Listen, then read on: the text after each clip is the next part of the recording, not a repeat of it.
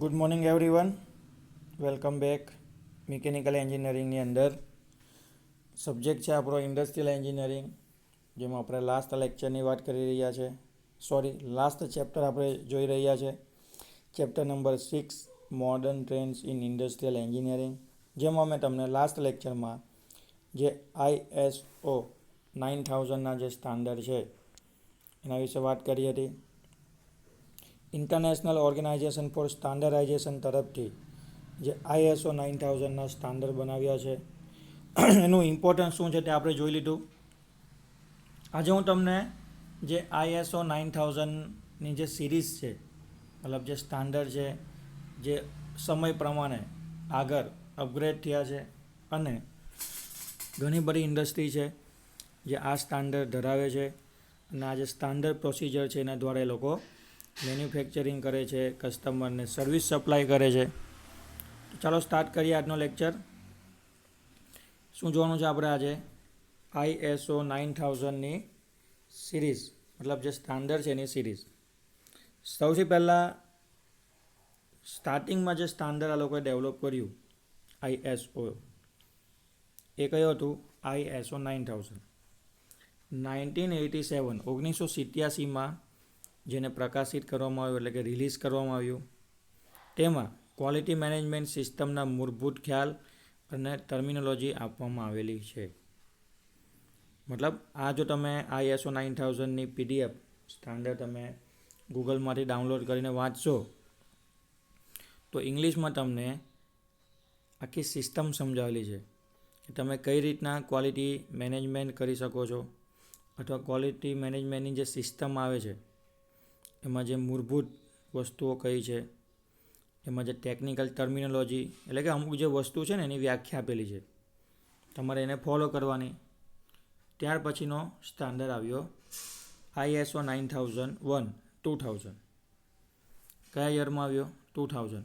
2000ના વર્ષમાં એને પ્રકાશિત કરવામાં આવ્યો, જેમાં એ લોકોએ સ્પેસિફાઈ કર્યું કે ક્વોલિટી મેનેજમેન્ટ સિસ્ટમની જરૂરિયાત શું છે.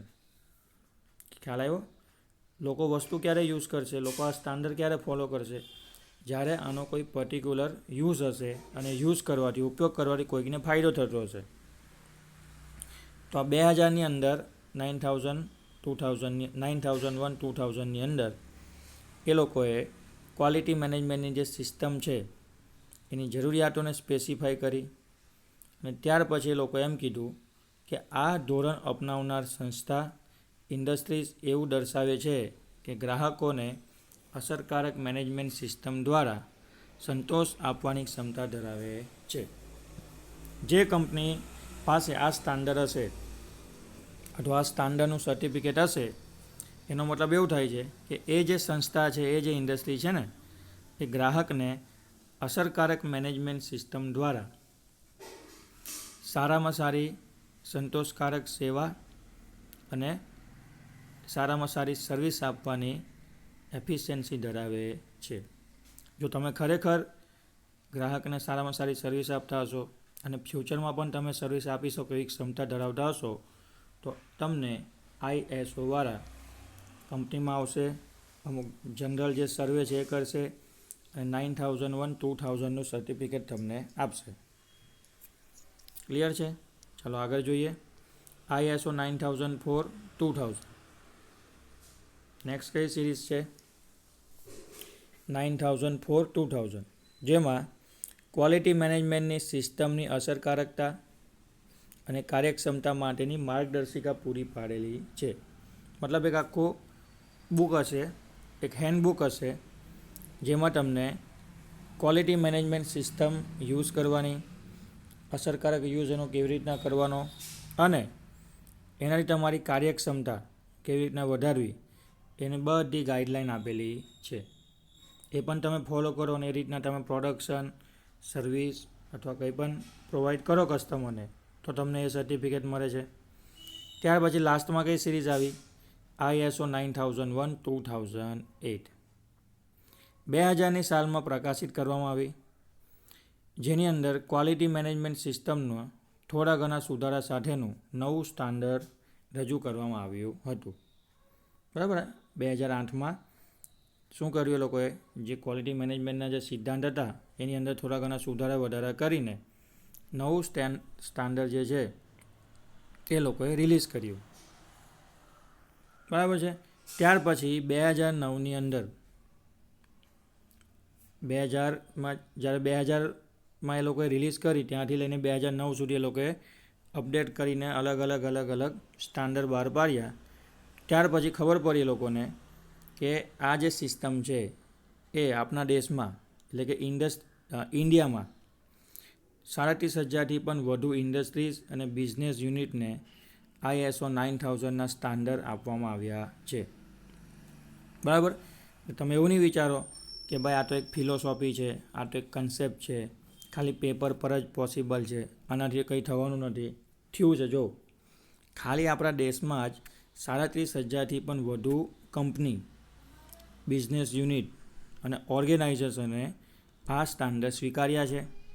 એ લોકોને આના સર્ટિફિકેટ આપવામાં આવ્યા છે. ક્લિયર? ત્યાર પછી જે લોકો એન્વાયરમેન્ટલ પ્રોટેક્શન વિશે વિચારે છે, એટલે જે લોકો એવું વિચારે કે મારે પર્યાવરણની કાળજી રાખીને મેનેજમેન્ટ કરીને મારે ઉદ્યોગ, મારો જે બિઝનેસ છે ડેવલપ કરવાનો છે, તો એ લોકો માટે ISO વાળાએ ISO 14000ની સિરીઝનું નિર્માણ કર્યું છે. ક્લિયર? જેને EMS એટલે કે એન્વાયરમેન્ટલ મેનેજમેન્ટ સિસ્ટમ કહેવામાં આવે છે. તમે જો પર્યાવરણની કાળજી રાખીને મેન્યુફેક્ચરિંગ કરતા હશો તો તમને ISO 14000નું સર્ટિફિકેટ પણ આપવામાં આવશે. 14000. આ બધા સર્ટિફિકેટથી ફાયદો શું થાય? બરાબર. શું કામ આ બધા સર્ટિફિકેટની જરૂર પડે છે? તો અહીંયા આપણે તમને આ જે સ્ટાન્ડર્ડ છે ને એની ઉપયોગિતા આપી છે. એપ્લિકેશન પછી તમને ખબર પડી જશે કે આનો ખરેખર ઉપયોગ શું કામ થાય છે અને શું કામ મારી જો કંપની છે, મારી પાસે જો ઓર્ગેનાઇઝેશન છે, મારી સ્કૂલ છે, કોલેજ છે, મારી ઇન્ડસ્ટ્રી છે અથવા મારી હોટલ છે, ગમે તે છે, મારે આ સ્ટાન્ડર્ડ એના અંદર શું કામ લાવવા જોઈએ. તો જોઈએ 1 by 1 એપ્લિકેશન એટલે કે ઉપયોગો. ટાઇટલ લગાવજો. સ્ટાન્ડર્ડની ઉપયોગિતા. કયા સ્ટાન્ડર્ડ? ISOના સ્ટાન્ડર્ડ છે તે. સૌથી પહેલું, ISO સ્ટાન્ડર્ડનો ઉપયોગ માર્કેટિંગ કરવામાં થાય છે. કેવી રીતના? સ્ટાન્ડર્ડ ધરાવનાર સંસ્થા પોતાની કંપનીના બોર્ડ અને લેટર પેડ ઉપર ISO 9000, 2008 એવું પ્રતીક ડિસ્પ્લે કરે છે. જેના સ્ટાન્ડર્ડ આપવામાં આવે ને સર્ટિફિકેટ, એ લોકો શું કરે તો કે જ્યાં એ લોકોના કંપનીના બોર્ડ લાગે, બેનર લાગે, હોલ્ડિંગ્સ લાગે, ત્યાં એ લોકો કંપનીના નામની નીચે લખી દે છે કે ISO 9000, 2008 પ્રમાણિત કંપની અથવા એપ્રુવડ કંપની, અથવા જે લોકોનું લેટર પેડ આવે છે ત્યાં લખી દે છે, વિઝિટિંગ કાર્ડ આવે તો એમાં લખી દે છે, એડવર્ટાઇઝ કરે તો એમાં એ લોકો બોલી શકે છે આ બધી વસ્તુ. ISO સ્ટાન્ડર્ડ ધરાવનાર મોટી કંપની, ISO સ્ટાન્ડર્ડ ધરાવનાર મોટી કંપનીના ઓર્ડર મેળવવા માટે સપ્લાયર સંસ્થાએ ISO સ્ટાન્ડર્ડ મેળવવું જરૂરી બને છે. સપોઝ કે કોઈ મલ્ટીનેશનલ કંપની હોય, જેમ કે L&T છે, એ મલ્ટીનેશનલ કંપની છે. બરાબર. પછી બીજી કઈ કંપની છે મલ્ટીનેશનલ છે? શોધી રાખજો. બરાબર. મેં એક એક્ઝામ્પલ આપું છું તમને. ગૂગલ કરજો મલ્ટીનેશનલ કંપનીના લિસ્ટમાં. તો જે મલ્ટીનેશનલ કંપની છે અથવા ઘણી મોટી કંપની છે, એ લોકોએ કોઈક નાની કંપનીને જો ઓર્ડર આપવો હોય અથવા અંદર એ લોકો કંઈ પ્રોડક્શનની વસ્તુની હેરફેર કરતા હોય, તે વખતે એ લોકો એવો આગ્રહ રાખે છે કે અમે જેની પાસેથી વસ્તુ ખરીદીએ, અમે જેની પાસેથી રો મટીરિયલ ખરીદીએ અથવા કોઈની પાસેથી અમે સેમી ફિનિશ કોમ્પોનન્ટ ખરીદીશું, તો એ કંપની અથવા એ જે વેપારી છે અથવા એ જે સંસ્થા છે એ ISO પ્રમાણિત હોવી જોઈએ. તો આજે તમારી સાથે બિઝનેસ કરશે. તો તમારે મોટો બિઝનેસ કરવો હોય તો આ સર્ટિફિકેટ લાવવા પડે, નહીં તો પછી કોઈ તમારી સાથે કામ કરે નહીં. હા, કરે, નાનો વેપાર ચાલે, મોટું કામ થઈ શકે નહીં. ત્રીજું, ગ્રાહકોમાં ગુણવત્તાનો વિશ્વાસ ઉત્પન્ન કરવા માટે ISO સ્ટાન્ડર્ડનો ઉપયોગ થાય છે. હવે તમે જ્યારે માર્કેટમાં નીકળો ને ત્યારે જોજો, ઘણા બધા લોકોએ શું કર્યું છે?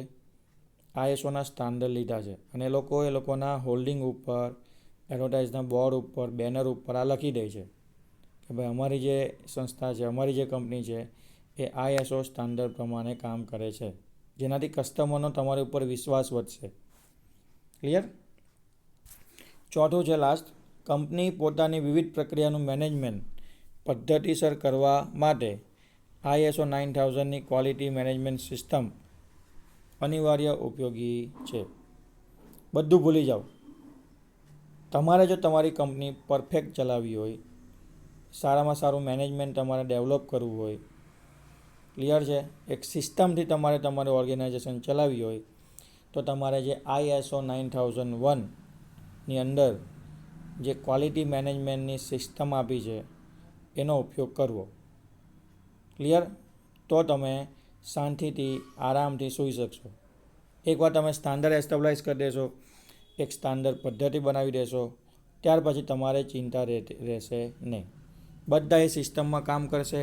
અને આ ISOવાળાએ સિસ્ટમ જ એ રીતના ડેવલપ કરી છે કે જેથી તમારું પ્રોડક્શન, મેનેજમેન્ટ, પ્લાનિંગ બધું સચવાઈ જાય. સ્ટાર્ટિંગમાં તમારે મહેનત કરવી પડે, પણ એકવાર સેટઅપ થયા પછી પ્રોબ્લેમ આવશે નહીં. ઓકે?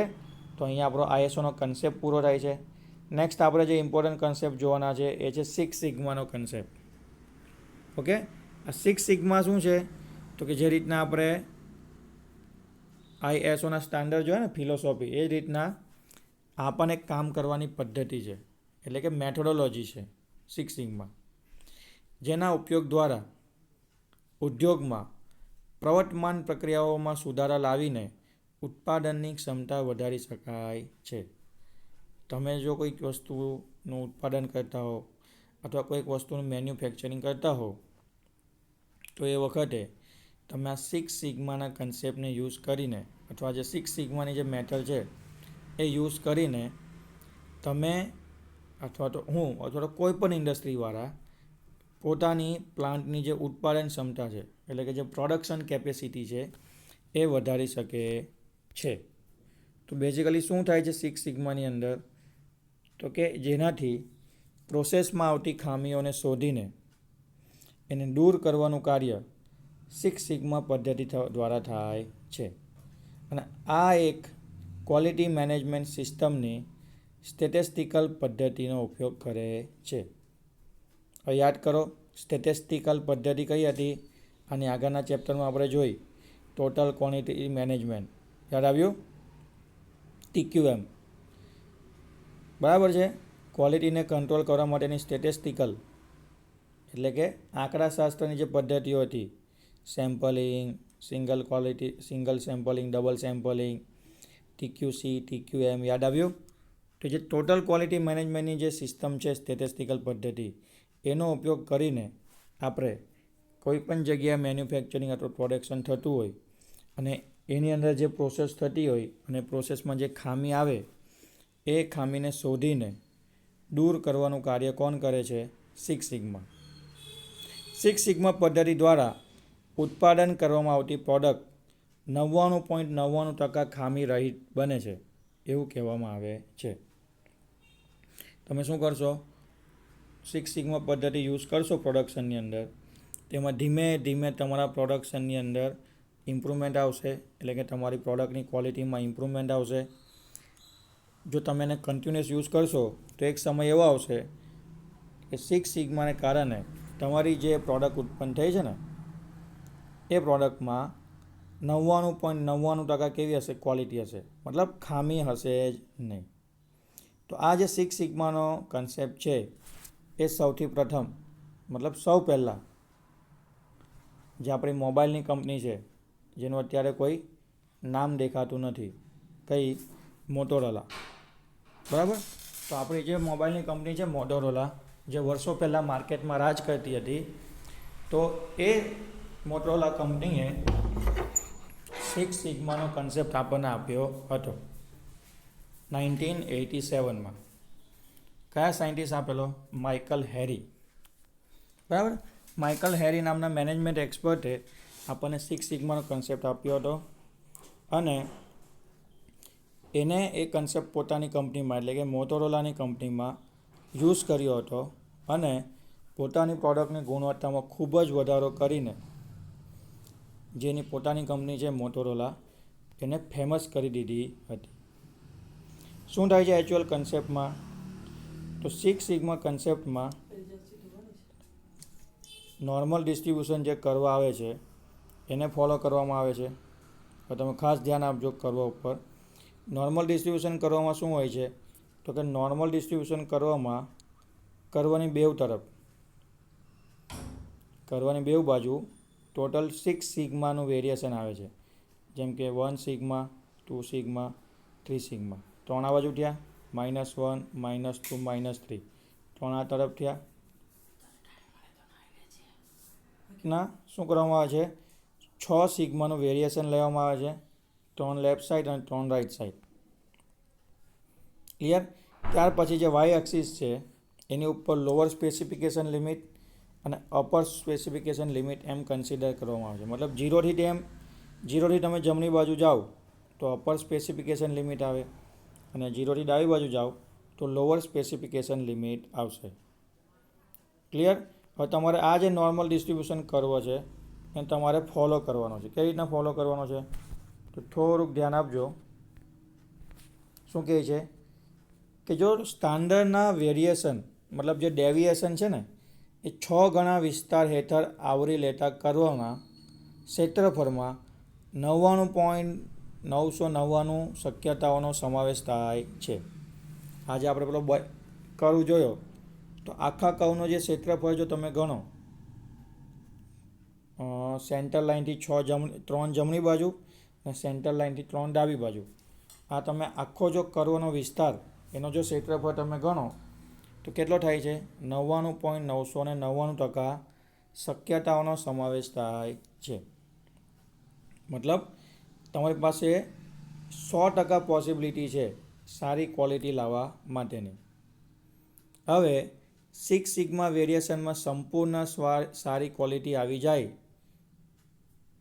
એવું જો શક્ય છે તો 100% ક્વોલિટી આવી ગયા પછી, મતલબ મેક્સિમમ ક્વોલિટી આવી ગયા પછી, મેક્સિમમ એટલે 99.99 અથવા 99, ત્યાર પછી ડિફેક્ટિવ પાર્ટ બની શકતા નથી.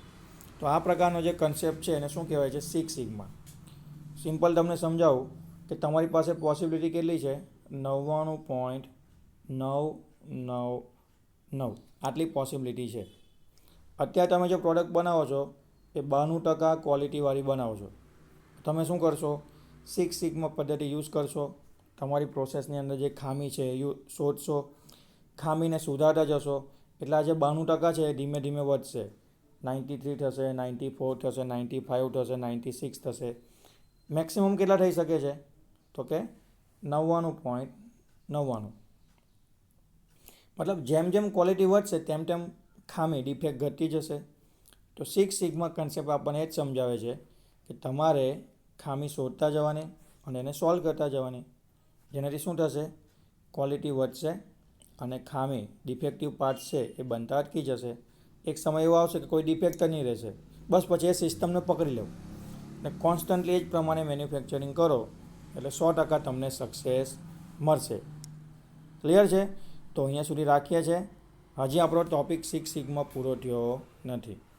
નેક્સ્ટ લેક્ચરમાં આપણે જે 6 સિગ્માનું મોડલ મતલબ એના જે સ્ટેપ છે એ આપણે જોવાના છે. તો અહીંયા સુધી રાખીએ છીએ આજના લેક્ચરમાં. Thank you.